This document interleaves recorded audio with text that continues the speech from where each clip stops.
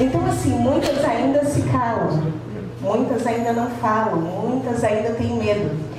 E quando a gente fala dessa quantidade de pessoas, entre essas pessoas estão as crianças em primazia, né? Em primazia, sim, né? Dentro de um segundo contexto, criança de 0 a 10 anos de idade. 63.309 crianças que são molestadas aí ao longo do ano. E entre crianças e jovens, 98.221 crianças e jovens também sofrem disso. Mas, ainda assim, muitas pessoas se calam, porque dentro da população total que sofre as agressões, 8,5% das pessoas fazem essa delícia de ir buscar ajuda, de ir denunciar, e isso é o certo. No entanto, a violência, isso seja ela em qualquer grau, tá? Muitas vezes a gente pensa que a violência é só física, mas a violência ela é dividida em várias ramificações. Mas, dentro do consultório no qual eu trabalho, constantemente chegam para mim pacientes que falam muito a respeito da violência verbal, porque isso também é um tipo de violência e que fere muito mais. Sabe aquele ditado popular que fala, essa palavra foi... eu preferia ter levado um tapa do que ter ouvido isso que ele falou. Uma palavra dói muito mais do que uma agressão física. Então existem palavras que não esquecemos, tá? No entanto, quem sofre qualquer tipo de violência, isso se torna um trauma para a vida dessa pessoa, no qual afeta diretamente o desenvolvimento normal dela, seja na área biopsicossocial, biológica, psicológica e social, e até mesmo dentro do contexto da espiritualidade. No entanto, por que eu falo espiritualidade? Né? Porque dentro do contexto clínico, a gente recebe várias denominações. Tá? Então as pessoas encontram em Deus refúgio. Algumas pessoas questionam a Deus quanto a algumas coisas na qual acontecem. E isso é comum dentro do consultório, porque cada um vai responder de alguma forma. Mas nós precisamos de saber que a violência, ela causa um dano extremamente significativo na vida daquele que sofre. E você pode prestar atenção que a violência te causa uma mudança neuronal, porque você não esquece mais. Você sempre volta. Ó, meu pai me batia assim. Eu lembro que a minha avó, ela sempre chorava quando ela falava da minha mãe. Porque minha mãe era muito arteira, segundo o que a minha avó falava. Quando adulta, minha mãe era séria, brava. E aí, minha avó falava assim, eu bati muito na Ana. Minha avó chorava muito quanto a isso. E minha mãe também chorava quando lembrava. Então, vocês percebem? Todos nós temos uma história quanto a isso, porque ele mobiliza, causa um dano, causa um trauma. Então a gente sempre volta nisso, tá? E assim, o que nós também precisamos de nos ater? Que as crianças e os adolescentes, eles são muito frágeis e vulneráveis. Então nós precisamos de estar atento a eles. Por isso que constantemente você tem que estar de olho neles. Vocês precisam de perguntar o que está acontecendo. Eu percebo que fulano está mal, mas você perguntou? Você falou? Eu tenho um professor que ele fala assim, até o óbvio precisa de ser perguntado e dito. Então nós precisamos de dar essa possibilidade às pessoas que estão ao nosso redor. Estou percebendo que hoje você não está legal. Aconteceu alguma coisa? Você quer me contar alguma coisa? Percebeu que está um movimento estranho? Vem cá, vamos conversar um pouquinho? Daqui a pouco você volta. Então eles precisam da nossa proteção e cuidados constantemente. Porque as pessoas que estão ao nosso redor, muitas vezes são as pessoas que praticam o abuso. Então, é triste falar isso, mas é uma realidade. Tá? Então, nós precisamos de estar atentos, porque as pessoas que praticam a violência são do nosso círculo de vivência, são do nosso núcleo familiar. Eu já atendi pacientes que foram abusados pelo próprio irmão, avô, pelo próprio pai. E já tive N reações das pessoas que estavam ali ao redor. Então, e aí as pessoas, elas sofrem daquela síndrome de segredo, né? Quando a pessoa é abusada por alguém que é próximo, ela sofre da síndrome de segredo. O que é isso? Ela não quer falar, porque ela tem medo, porque ela é ameaçada, porque ela não sabe qual vai ser as consequências desse ato do falar. Porque uma vez falado a respeito de um abuso, isso mobiliza toda uma dinâmica familiar, toda uma dinâmica pessoal também. Porque existem escolhas a ser feitas em partido da pessoa e em partido daquele que também foi o abusador. Então, é muito difícil. Então, a criança ou a pessoa que sofre o abuso guarda isso para si, porque ela tem medo. Então, assim, e quando ela resolve falar, existem vários tipos de atitudes, né? Eu tive uma mãezinha que eu atendi, que ela falou que a filha dela falou para ela assim: mãe, aí você vai escolher quem? A mim ou ao abusador? E a mãe era tão dependente emocionalmente desse abusador que ela escolheu pelo abusador. Então, quando essa mãe ela vem no consultório, ela vem com um sofrimento muito grande, porque a filha também fez a escolha dela. A filha foi embora. Porque a mãe escolheu pelo abusador, mas a filha teria que escolher pela vida. E ela fez uma escolha extremamente sensata, essa filha. Então, nós estávamos ali trabalhando com aquela mãe exatamente a possibilidade da escolha, de que a filha também tinha essa possibilidade de escolher. No entanto, houve toda uma mobilização, sentimentos de tristeza. Por que eu trago esses exemplos? Porque eles estão aqui próximos de nós. Tá? Então, quando a gente fala a respeito do abuso, quando a pessoa tem a possibilidade de falar, 37% dos pais, eles têm uma postura acolhedora, mas ainda assim é muito pouco, 37%.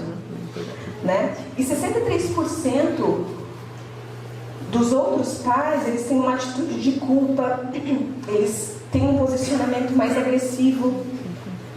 Mas, uma coisa é fato, a maneira pela qual nós vamos acolher a pessoa abusada vai refletir na maneira na qual ela vai elaborar tudo aquilo que ela vem sentindo. Eu estou dando essa introdução para que a gente possa entrar na palavra de Deus, tá bom?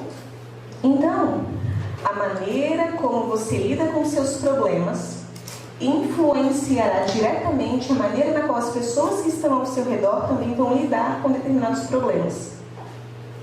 Então, temos que cuidar quanto a isso, porque às vezes nós somos muito punitivos, né? E a pessoa que está ao nosso redor acaba vendo isso. Então ela também vai encontrar em si culpa, ela também vai encontrar em si sentimentos para falar: não, eu sou a culpada, o outro não tem culpa alguma. Então nós temos que prestar muito bem atenção pela maneira na qual nós estamos resolvendo os nossos problemas, porque as pessoas que estão ao nosso redor também vão ser influenciadas por isso, principalmente as pessoas que são abusadas, tá bom? Então, assim, o agressor, ele está acima de qualquer suspeita, porque você olha para a pessoa e você fala: não é possível, imagina, jamais eu imaginaria que fulano teria potencialidade de fazer tal ato.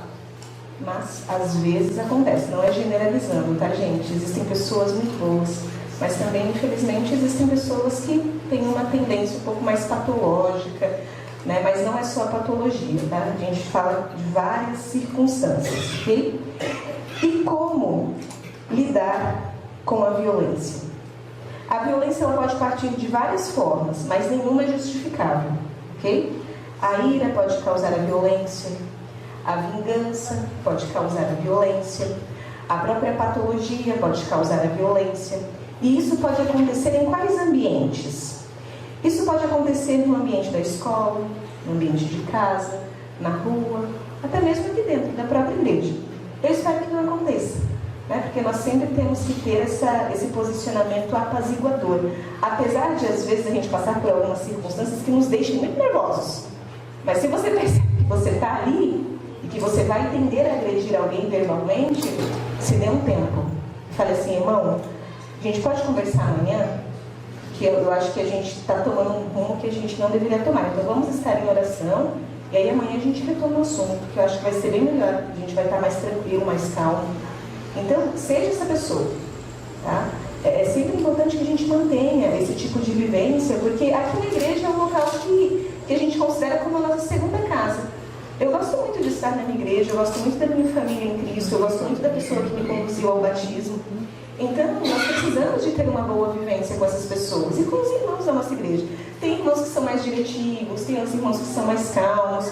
Se você percebe, dentro dessa circunstância, que você é o que é mais, vou colocar assim, uma posição assertiva mais agressora, uma posição assertiva, não tão assertiva assim, se dê um tempo. Respire fundo para depois você resolver.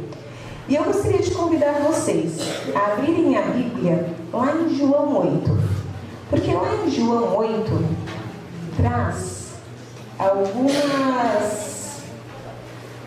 algumas questões importantes quanto ao que devemos aprender sobre como nos posicionar em relação a uma violência.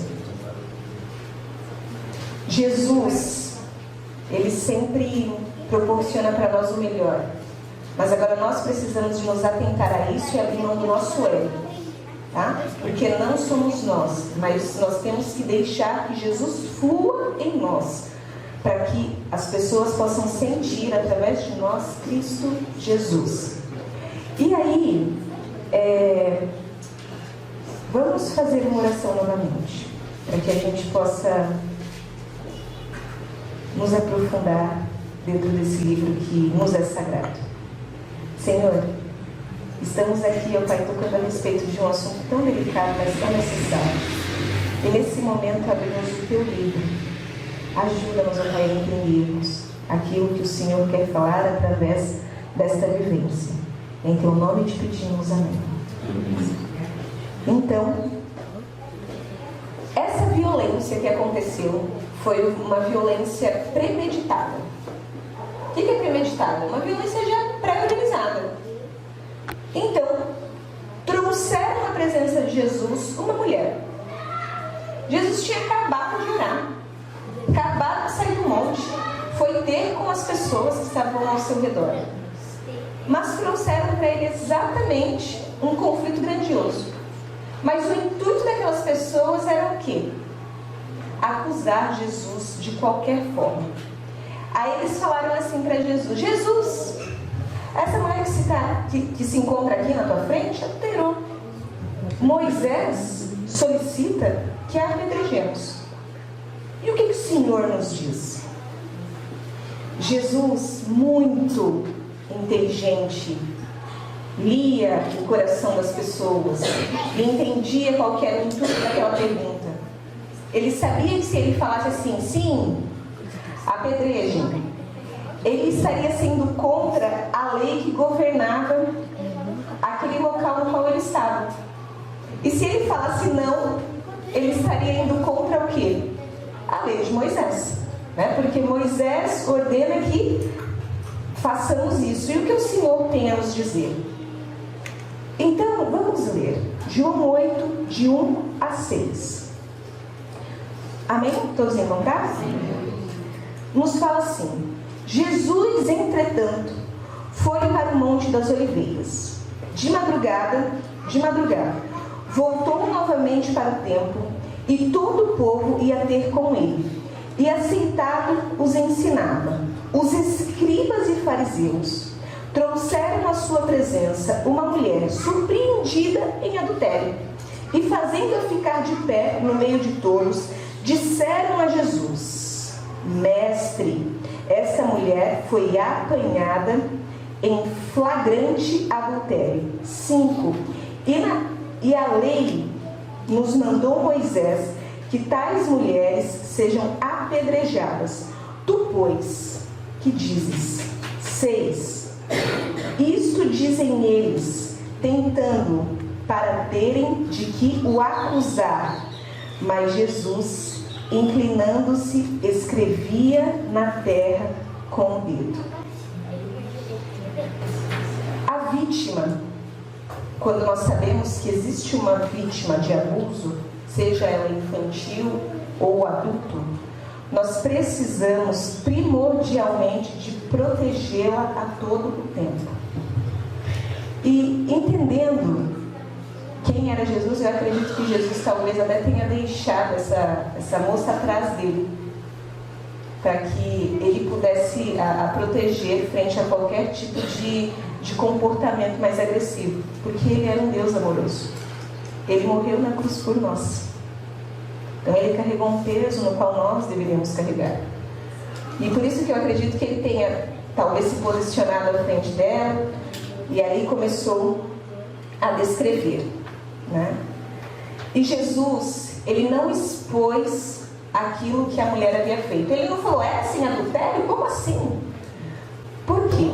Porque de maneira recorrente, quando alguma coisa ruim acontece, a gente quer saber a história.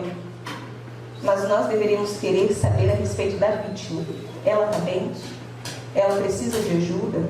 Ela precisa de ser acolhida? Aonde ela está? Será que nós podemos fazer alguma coisa por ela? E não querer entender da história, expor a pessoa. Tá vendo? Olha como é que fulano é. Naquele momento, o que importa é a proteção dela. E não a retomada do contexto. Então, Cristo, ele buscou proteger e não expôs a vítima. E ele teve uma abordagem diferente. Por quê? Porque ele sabia que aqueles agressores, eles também precisavam de salvação. Mas ele não ocultou aquilo que cada um o fazia. Então, assim, quando a gente entende que a pessoa precisa de salvação, a gente não pode passar a mão sobre o pecado fingindo que nada aconteceu. Porque senão a gente reforça um tipo de comportamento inadequado. O pecado, ele precisa de ser chamado pelo nome. Então, ele buscou ter uma abordagem diferente. Ele sabia que aqueles agressores precisariam de salvação espiritual. Então, ele buscou ter o ímpeto de fazer com que eles entendessem a conduta que eles teriam, que eles estavam tendo ali no momento, mas também de fazê-los reconhecer e fazê-los chegar até o arrependimento. Então, quando Jesus ele se comporta, ele pensa em tudo isso. Ele pensa na vítima, ele pensa no agressor, porque não só estava em pecado ela, mas estavam em pecado todos aqueles também que a acusavam. Então, é importante entender que Deus, quando ele olha para a gente, ele olha o coração. Quando ele fala para Samuel ungir um novo rei, ele fala, deve ser esse aqui, ó, o filho de Jessé, o mais velho, forte, homem bonito. E aí Deus fala assim, você vai ungir quem eu falar, porque você vê a aparência e eu vejo o coração. Tá? Então Cristo, ele viu o coração de cada um. E ele sabia que aquelas pessoas ali, agressoras, elas tinham as suas histórias, elas tinham os seus traumas, elas tinham as suas vivências que as levavam talvez a serem pessoas mais agressivas. Ele sabia de tudo isso. E ele também veio morrer por essas pessoas. Mas ele jamais iria não considerar esse erro. Então, o que ele buscou fazer? Ele trouxe à consciência de cada um a gravidade das coisas que eles fizeram. E mostrou que todos ali, todos, estavam vulneráveis a serem apedrejados. Olha que interessante. Ele mostrou que todos ali eram vítimas, que poderiam ser apedrejados também, por erros cometidos. Então ele trouxe a consciência. Logo, vamos ler João 8, de 7 a 9. Fala assim, João 8, de 7 a 9. Como insistissem na pergunta, Jesus se levantou e lhes disse, aquele que dentre vós estiver sem pecado, seja o primeiro que lhe atire a pedra. 8. E tornando a inclinar-se, continuou a escrever no chão. Jesus trouxe à consciência a vulnerabilidade de cada um. Porque o Espírito de profecia fala que ele escrevia ali no chão aquilo que era obscuro de cada um deles. Nada está fora do vislumbre de Deus. Nada. Você não pode se esconder dos olhos de Deus, porque Ele sabe todas as coisas. Ele sabe quem você é. Ele sabe aquilo que passa dentro do seu coração. E ele sabia o que acontecia na vida de cada um deles. E aí ele falava que desde o mais idoso até o mais jovem que buscava pela justiça, abriram mão de suas pedras e seguiram o seu percurso. Ou seja, eles conseguiram entender, eles tomaram consciência também de quem eles eram. E isso é muito importante. E ao longo da nossa trajetória, nós vamos precisar de ajudar as pessoas a tomarem consciência de alguns comportamentos que são inadequados. Porque um amigo, um irmão, ele proporciona esse cuidado. Lógico, a gente não pode falar de qualquer forma. Existem formas a serem faladas e maneiras de serem faladas. Por isso que a gente fala, tudo pode ser falado, mas a maneira como você vai falar vai fazer toda a diferença entre construir ou destruir uma relação. Tá? Então cuidemos para com isso. Eu sempre em casa, né, quando eu tenho alguma conversa mais aflorada com meu esposo, eu espero e aí eu retomo com ele depois. Por quê? Porque é isso que tem que acontecer. Olha, a gente não estava tão bem naquele momento, mas eu vou te pontuar. Eu pensei isso, mas acredito que não precisaria de ter sido assim, assim, assim. Porque é isso que constitui uma relação, a comunicação. Seja ela de casal, seja ela de amigos, seja ela de irmãos da igreja. E nós temos sempre que preservar por isso. É difícil, gente? Não é fácil, não. Porque às vezes a gente fala assim, não vou dar o braço a torcer. Mas você quer ser feliz ou você quer ter rancor pro resto da vida? Dê o braço a torcer, não há vergonha nenhuma nisso. Isso demonstra maturidade. Tá? Então, Cristo falou a respeito daquilo que estava oculto dentro deles. E nós, como igreja, também precisamos de agir. Nós não devemos isentar ninguém daquilo que a pessoa se comporta. Não devemos isentar, porque a pessoa escolheu por aquilo, logo um abusador, ele tem as consequências do comportamento dele. Então nós não devemos ocultar isso. Você vai viver as consequências da escolha do seu comportamento, no entanto nós estaremos aqui para ajudar que você tome consciência do seu comportamento e para ajudar que você tenha um arrependimento genuíno a respeito das coisas na qual você está fazendo. Porque esse é o nosso papel. Porque Cristo não passou a mão na cabeça daqueles no qual ele escreveu. Ele falou, está aqui o pecado de vocês.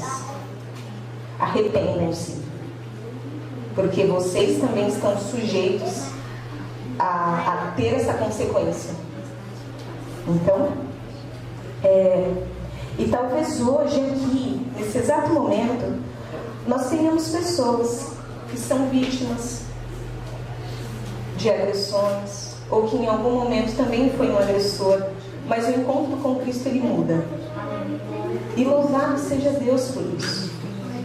Porque se a gente teve um encontro fidedigno com Deus e entregou o nosso âmago a Ele, a nossa alma, o nosso coração, o nosso entendimento, Ele vai fazer por nós o melhor.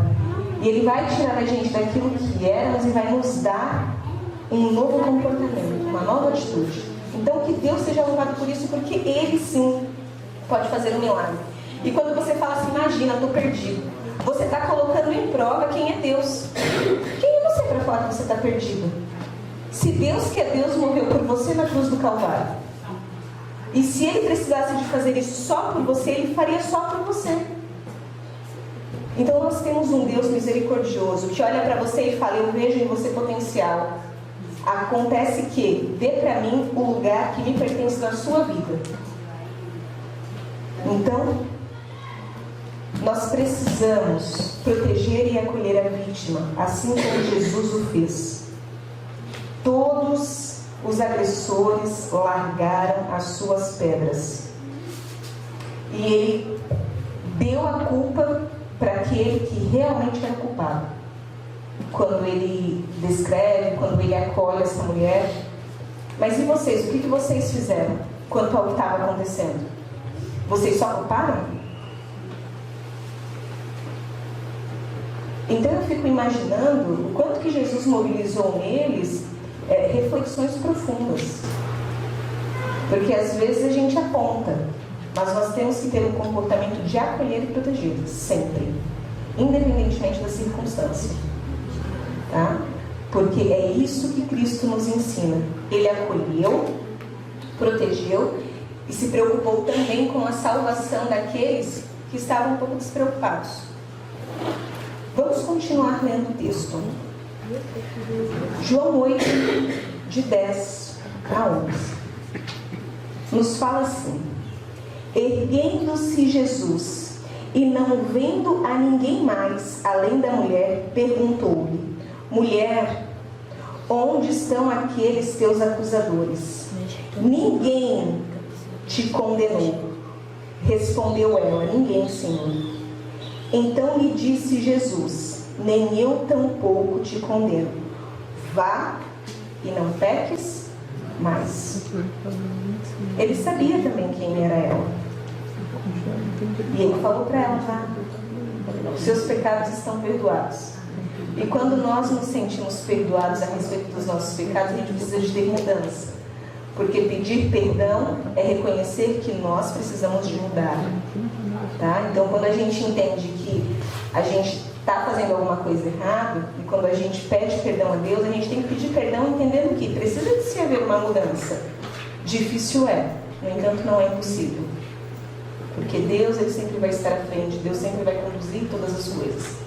Então, quem é você neste cenário de violência, de ameaças? Você é a vítima? Você é a pessoa que tem a pedra na mão? Você é a pessoa que acolhe? Você é a pessoa que também conversa com aquele agressor e pontua para ele os erros dele, que ele vai precisar de ter as consequências daquilo. No entanto, ele também é o foco do amor de Cristo. Então nós precisamos de entender tudo isso. Nós precisamos de levar as pessoas que estão ao nosso redor a esse arrependimento. Porque às vezes as pessoas se esquecem daquilo que Deus pode fazer por nós. Mas a nossa vida é um testemunho vivo das coisas na qual Cristo pode fazer. Tá bom? E quebre o silêncio. Busque ajuda. Se você tem uma vida extremamente bem organizada, extremamente bem adequada, louvado seja Deus por isso. Mas com certeza Cristo vai colocar na sua vida algumas circunstâncias e situações na qual você vai precisar de ser este auxiliador. Então, tenha essa sensibilidade, tenha essa assertividade, esse acolhimento, para que você, frente a esse exemplo aqui, possa fazer o melhor. Eu mandei um vídeo e eu gostaria muito que a gente pudesse fechar com esse vídeo, tá bom? Eu não sei se vocês já viram esse vídeo, mas é de uma senhora que ela participou do campo de concentração, muito tempo atrás. E nós somos para as pessoas um objeto no qual ela vai pontuar no vídeo, tá bom? É essa daqui. 1933, c'est l'année où Hitler prend le pouvoir. Voilà. Aqui está. C'est mon étoile. Minha estrela. Je la porte. Eu a usava no peito, obviamente, Comme tous les juifs. como todos os judeus. C'est gros, n'est-ce pas? É grande, não é? Surtout sur une poitrine Sobretudo d'enfant, no peito puisque j'ai 8 ans en infantil, ce porque eu moment-là. tinha 8 anos na época.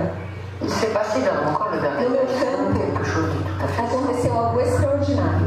Je rappelle que Quero lembrar que éramos filhas de prisioneiros de guerra, privilégiés, logo privilegiadas. Tínhamos o direito de levar para a França un petit sac, uma bolsinha com umas coisinhas. Uma mulher um chocolate, uma outra uma pedra de açúcar, um punhado de arroz. Mas a minha mãe levou 2 pedacinhos de chocolate. E ela disse: isso vai ser para quando eu precisar de me reavivar. Completamente no chão, acabada. Esse chocolate talvez me ajude a me reerguer. Or, il y avait parmi nous une femme Entre qui nós havia uma mulher deportada quando estava grávida. Ça ne se voyait pas Não évidemment. se via de tão magra que estava. N'empêche que Mas chegou o dia do parto. Maman, elle était si maigre. A minha mãe, que era a nossa chefe de barraca. Et avant de partir, ma mère Antes de me dit, sair, minha mãe disse: tu te souviens que j'ai gardé lembra, eu tenho um pedaço de chocolate. Lembra, mamãe? Comment te sens-tu? Como você se sente? Bem, mamãe, estou bem. Alors si Então, se me permitir, ce morceau de chocolat vou levar aquele pedaço de chocolate à notre amie, à nossa amiga Helene. parce qu'un Um accouchement, parto aqui, elle va peut-être talvez ela morra. Et si je lui donne le chocolat, E se eu lhe der o chocolate, ça l'aidera peut-être. talvez a ajude. Oui, maman. Certo, mamãe? Pode levar. Hélène a accouché, elle a Helena deu a luz a um bebê. toute petite chose. Uma coisinha magrinha. Elle a mangé le chocolat. Ela comeu o chocolate e não morreu. Elle est revenue dans la E voltou à barraca. Le bébé n'a O jamais bebê pleuré. nunca chorou. Nunca. Pas même jeune. Nem um gemido. Au bout de 6 mois, 6 meses depois aconteceu a libertação. est arrivé. On a défait tout ça. Tiraram-se todos os trapos Le bébé e o a bebê gritou. C'était là. Foi ali que ele nasceu. Nous l'avons ramené en France. Nós os trouxemos para a França. Truc de 6 mois. Aquela coisinha de 6 meses, minúscula. Quelques années, Há alguns anos, ma fille me dit, minha filha me disse: mamãe, si vous aviez eu se des vocês tivessem tido psicólogos ou psiquiatras quando voltaram, passés pour vous, teria sido mais fácil para vocês? sûrement, Respondi sem dúvida, mas não tinha. que personne n'y a Se pensé. tivéssemos tido, ninguém teria pensado nisso. Mas você me deu uma boa ideia.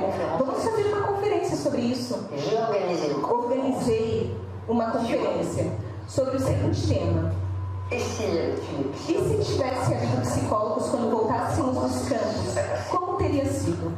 J'ai eu beaucoup de monde, Veio muita gente, des anciens, idosos, sobreviventes, des curieux, curiosos e muitos psicólogos, psiquiatras, très psicoterapeutas. intéressants. Muito interessante. Cada um tinha a sua ideia, foi ótimo. Et puis il y a une femme qui est arrivée. Aí uma mulher veio e me disse: Moi, j'habite eu à morei Marseille. em Marsella, Je suis médecin. sou médica psiquiatra. Et avant de E antes de fazer a minha comunicação, j'ai quelque chose à donner tenho algo a dar a Franci, dire à moi. ou seja, a Elle mim. fouille dans sa poche, Ela procurou um bolso, tirou um pedaço de chocolate elle me le donne e deu a et elle me mim. dit E me disse: je suis eu sou o bebê. Então, nós deveremos ser para as pessoas exatamente esse acalento, esse pedacinho de chocolate que leva esse conforto, porque em algum momento você será agraciado pelos braços do Pai. Ele vai falar assim: filho, obrigada por ter tido para com os meus pequeninos todo esse cuidado.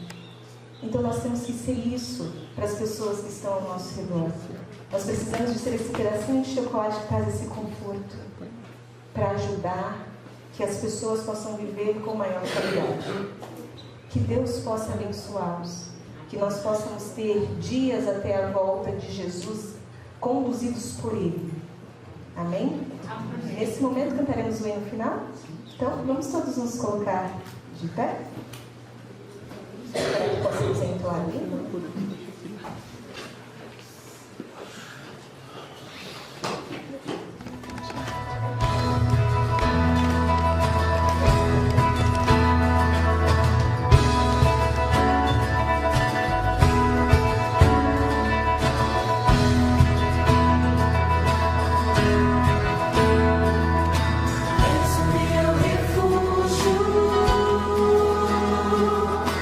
Minha fortaleza.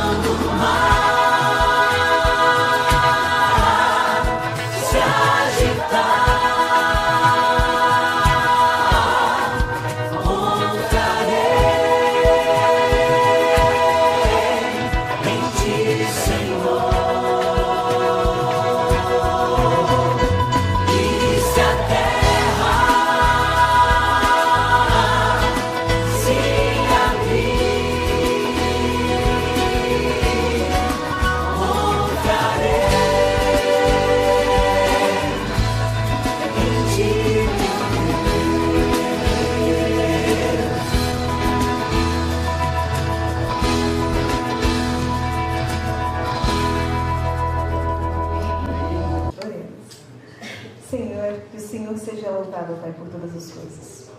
Por favor, ó Pai, ajuda-nos a sermos luz. E ajuda-nos, ó Pai, a usar dos Teus exemplos para sermos melhores.